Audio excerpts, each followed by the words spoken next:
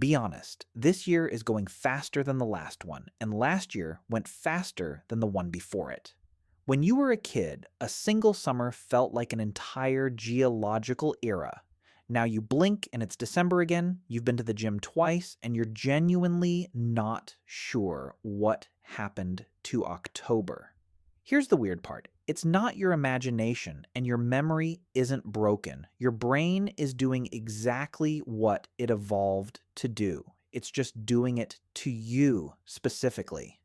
Because your brain doesn't measure time in hours and minutes, it measures time in new stuff. And once you understand that, you can actually fight back.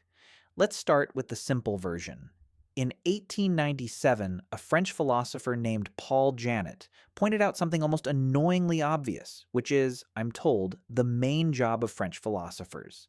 When you're 5, 1 year is 20% of your entire life. A fifth. Enormous. By the time you're 50, that same year is about 2%. Same 365 days, completely different slice of the pie, so every year feels smaller, because proportionally it is.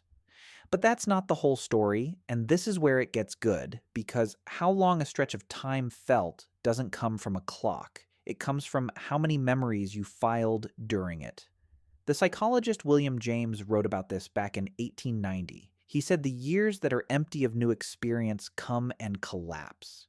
Childhood feels enormous in the rearview mirror because everything was a first day of school, first bike, first time you tried a food, and physically recoiled. Your brain was recording in 4K constantly because everything was new. So when you look back, it's packed. It feels huge. And here's a strange clue. If you ask people in their 70s to name their most vivid memories, they don't spread evenly across a whole life. They bunch up between about 15 and 25. Psychologists call it the reminiscence bump. It's why the music you swear is objectively the best ever made is, suspiciously, the music from when you were 17. That window is stuffed with firsts. First love, first job, first time you left home. So your brain saved all of it in high resolution.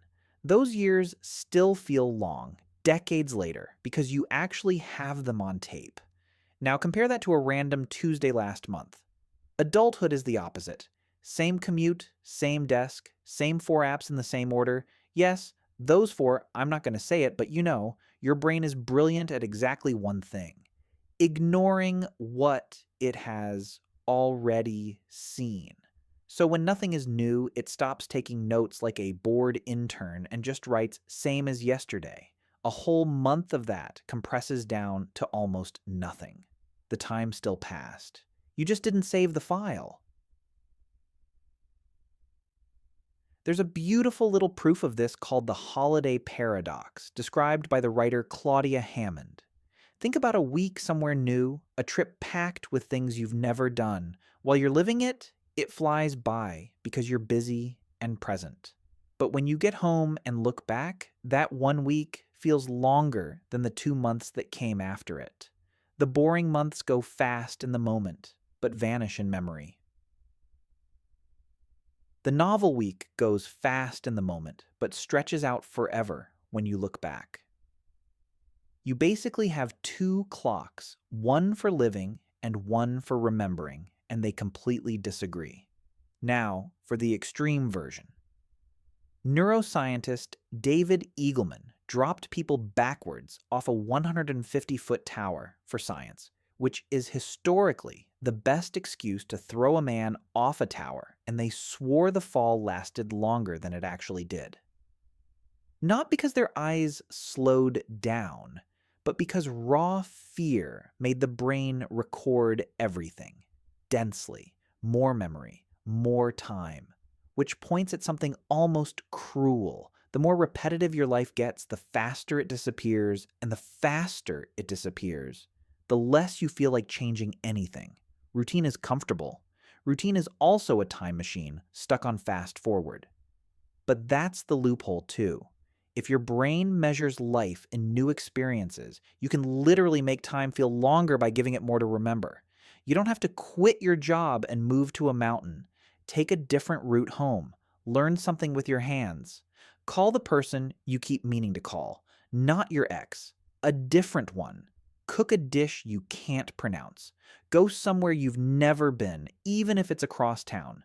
Novelty is the closest thing we've got to slowing down the clock, because the clock never actually sped up. You just stopped giving it anything worth remembering. So, starting today, give it something. Hey, thanks for watching. If you liked this one, give it a like and subscribe to the channel, and I'll see you in the next one.